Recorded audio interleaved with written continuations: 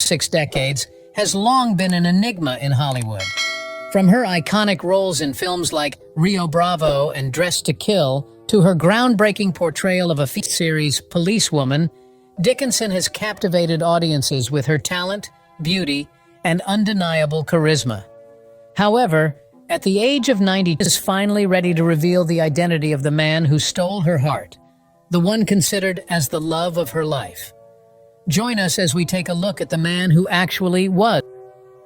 Early life and career. Before she became a Hollywood icon and endured personal heartbreaks, Angie Dickinson was a small-town girl with big dreams. Born on September 30th, 1931, in the small town of Culm, North Dakota. Angie Dickinson's early years were marked by a fascination with the silver screen. Leo Henry Brown worked as the editor of the local newspaper and also served as the projectionist at the town's Soul Movie Theater until it was tragically destroyed. This early exposure to the magic of cinema would prove to be a formative experience for the young Angie, planting the seeds of her future career in the entertainment industry. 32, at the age of 10, Angie and her family relocated to Burbank, California, in search of better opportunities amidst the backdrop of World War II. It was here that she was in high school, graduating at the tender age of 15 in 1947.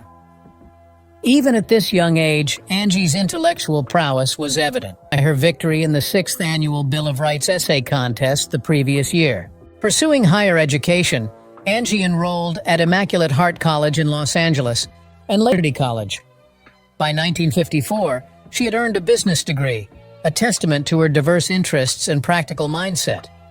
During her college years from 1950, Angie held various jobs to support herself, working as a secretary at now Bob Hope Airport and in a parts factory.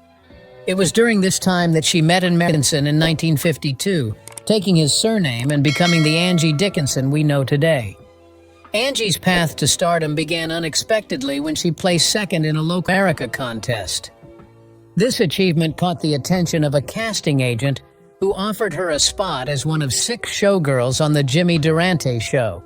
The attention of a television producer who encouraged her to consider a career in acting. Intrigued by the prospect, Angie began studying the craft, honing her skills that lay ahead.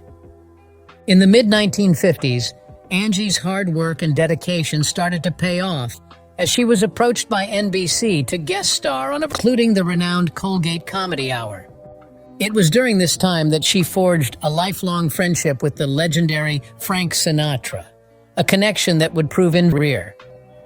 Angie's television acting debut came on New Year's Eve 1954 in an episode of Death Valley Days. This appearance was a prolific period in her career, as she went on to secure roles in numerous productions such as Matinee Theater, City Detective, Gunsmoke, The Virginian, and Shot. Her versatility as an actress was evident in her ability to seamlessly transition between genres, from westerns to dramas and everything in between. Angie made her film debut with a small, uncredited role in Lucky Me, starring Doris Day. This was followed by a string of supporting roles in films like Aid, 1955, Man with the Gun, 1955, and Hidden Guns, 1956. However, it was her first starring role in Western Gun, The Man Down, alongside James Arness, that truly showcased her potential as a leading lady. Angie's breakthrough role came in Howard Hawks' Rio Bravo, where she portrayed the charismatic and alluring gambler Feathers, opposite her childhood idol, John Wayne. The film, with Ricky Nelson and Walter Brennan, was a critical and commercial success, cementing Angie's status as a rising star in Hollywood. Throughout Angie continued to captivate audiences with her performances in a diverse array of films, from the political drama A Fever in the Blood, 1961, to The Dark Maryland, 1963. With Gregory Peck, her talent and versatility were undeniable. She also demonstrated her range by taking on challenging roles fatale in The Killers, 1964, opposite Ronald Reagan in his last movie role, and a seductive yet vulnerable character in the Arthur Penn-directed The Chicks, which boasted an all-star cast including Marlon Brando, Jane Fonda, and Robert Redford. Angie's career reached new heights in 1974 when she role of Police Sergeant Pepper Anderson in the television series Policewoman. Initially hesitant to commit to a television series, Angie eventually assured that it would make her a household name. The show, which ran for 4 seasons, was a resounding success, with Angie's portrayal of a strong, independent police officer resonating with audiences worldwide. Her performance earned her a Golden Globe Award and 3 consecutive Emmy nominations for Best Lead Actor. As Angie Dickinson's career progressed, she continued to captivate audiences with her talent, beauty, and undeniable screen presence. From her early days with big dreams to her rise as one of Hollywood's most beloved and respected actresses, Angie's journey is a testament to her perseverance, dedication, and craft. Her deep personal and marriage struggles. Angie Dickinson's personal life was marked by a series of challenges and heartbreaks. Despite her success, her first marriage to Gene Dickinson, a college football star, began in 1952, but ended in divorce in 1960. Throughout their union and infidelity, with rumors circulating about her supposed affairs with Frank Sinatra and even President John F. Kennedy. Although she vehemently denied these claims, this proved too much to bear, ultimately leading to the dissolution of their marriage. Angie, however, opted to keep her ex-husband's surname, which had become synonymous with her entertainment industry. In 1965, Angie found love again with renowned composer Burt Bacharach. The couple married after a whirlwind course, and a year later they welcomed their daughter Leah Nikki Bacharach into the world. Nikki's arrival, however, was fraught with complications. Born 3 months premature, weighing ounces, Nikki spent the first 3 months of her life in an incubator, fighting for survival. As she grew, it became apparent that Nikki faced numerous challenges until the age of 3, and doctors initially believed she might be autistic. Despite these early difficulties, Nikki displayed signs of remarkable talent, becoming piano and excelling in gymnastics and ballet. Angie, ever the devoted mother, believed that Nikki was developing normally, but Burt harbored concerns about Nikki's premature birth had also left her with strabismus, a condition that caused her eyes to turn inward, which led to teasing from other children at school. On the television series Policewoman, she made a conscious effort to prioritize her time with Nikki, refusing to accept other acting roles and focusing on being present. However, the strain on Angie and Burt's marriage proved too much to bear, and the couple divorced in 1981. They agreed to share joint custody. Their differing opinions on how to best support their daughter's needs created further tension. Growing up in North Dakota, where access to mental health resources was limited, and about seeking psychiatric help for her daughter Nikki, despite her husband Burt's insistence. Angie's primary goal was to ensure that Nikki could lead a normal life, and to make significant sacrifices to achieve this, including turning down lucrative acting roles such as the part of Crystal Carrington on the popular TV series Dinah. Eventually went to Linda Evans. As Nikki's challenges intensified, Burt suggested a potential solution: the Constance Boltman Wilson Center, a psych facility located in Faribault, Minnesota. The center provided a combination of therapeutic support and high school education, offering a comprehensive approach to mental. Despite Angie's reservations about sending Nikki away, Burt managed to convince her in 1983 that it might be the best course of action for their daughter's well-being. Concerned that Angie's parenting style, which he described as overly permissive and symbiotic, could be hindering Nikki's progress. Angie, with a heavy heart, and presented the opportunity to attend the center as a chance for personal growth and learning, similar to the experiences of other children who go away to school. Nikki began what would become a 9-year stay at the facility. While Nikki was at the Constance Boltman Wilson Center, Angie continued to work in the entertainment roles in low-budget films and recurring parts in various television series. However, her daughter's well-being remained her top priority, and she made free to spend quality time with Nikki. When Nikki finally returned home, Angie was devastated to find her daughter deeply traumatized. Haunted by a psychiatrist's eventual death would leave Nikki alone and unable to cope. In the years following Nikki's return, Angie and Nikki embarked on numerous global adventures, positive memories, and give Nikki something to look forward to in life.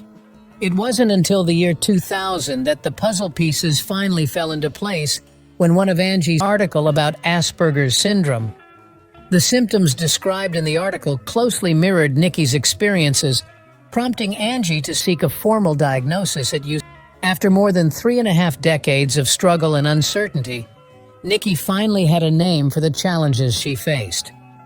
Asperger's syndrome, a disorder characterized by difficulties in social interaction, nonverbal communication, and restricted, repetitive patterns of behavior and diagnosis marked a turning point in Nikki's journey, providing a framework for understanding her unique challenges and enabling her family to seek targeted support and resources. With the love and support of her family, Nikki's battle with Asperger's syndrome proved too much to bear.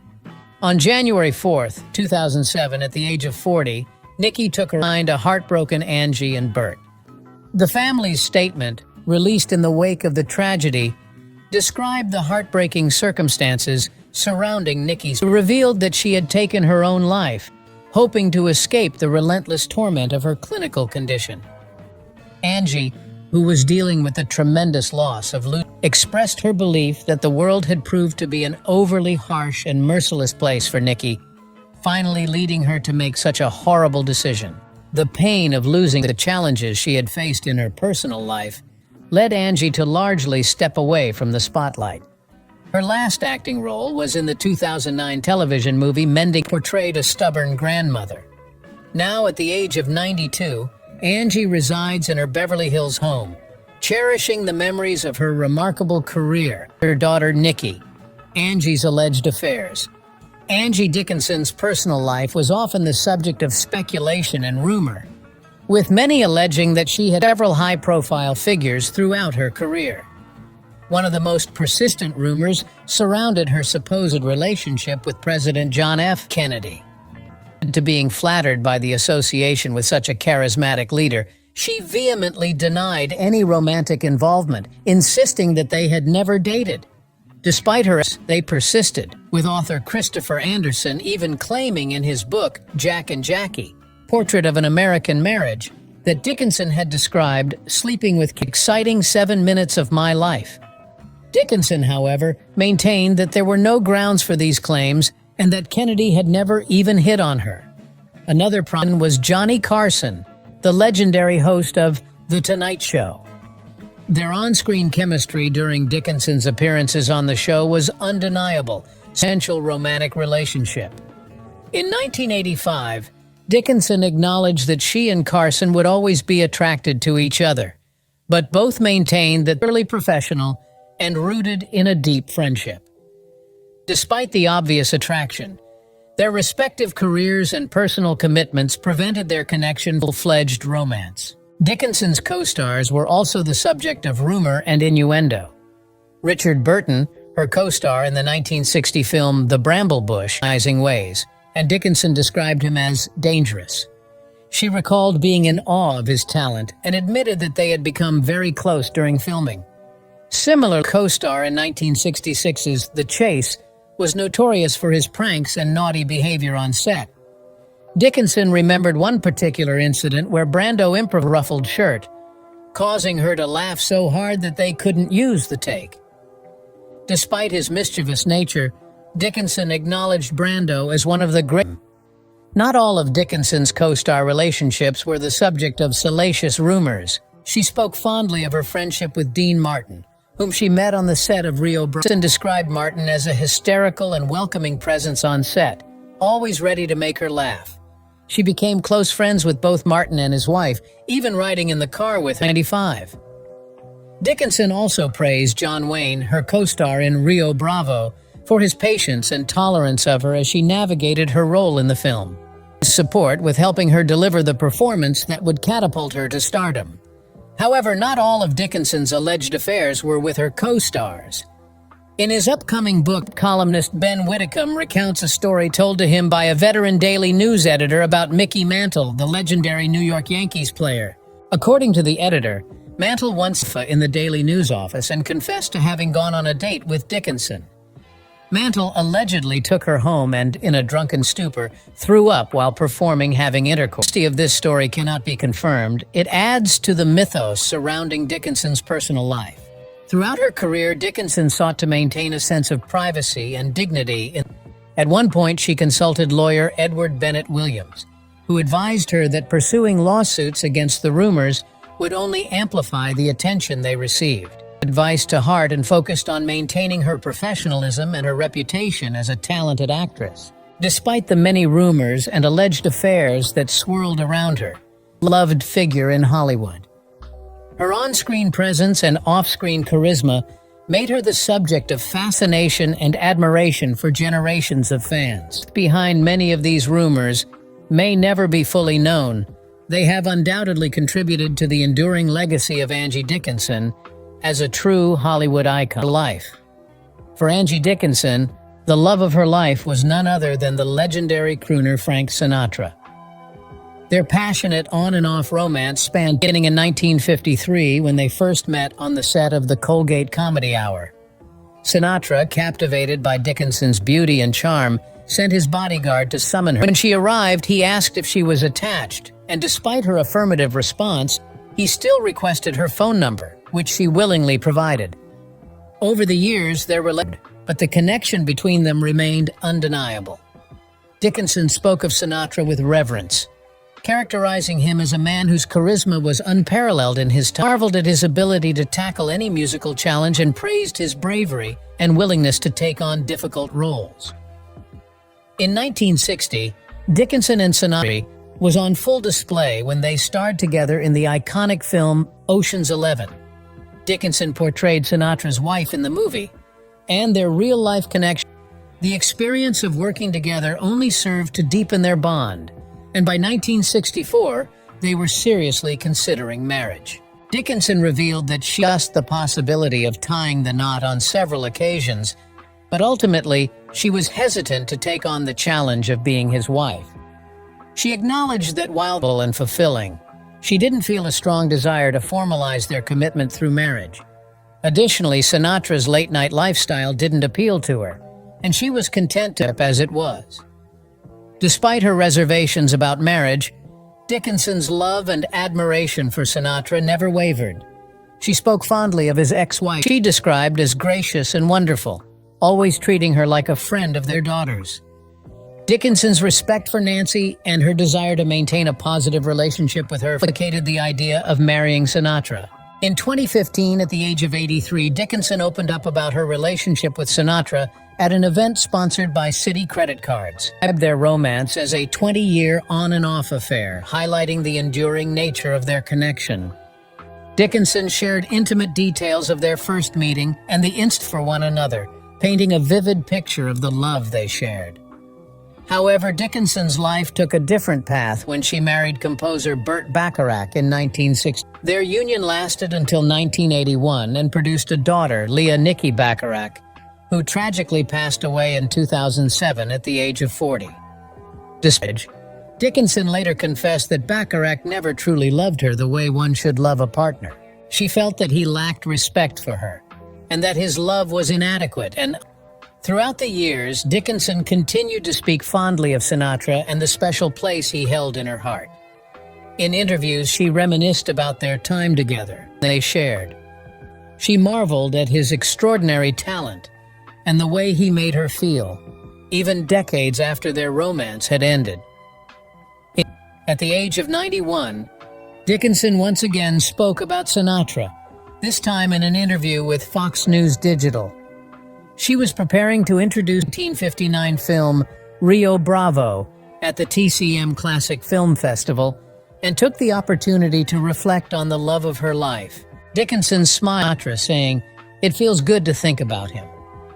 She described him as an extraordinary talent and an extraordinary man, acknowledging his complexities and the challenges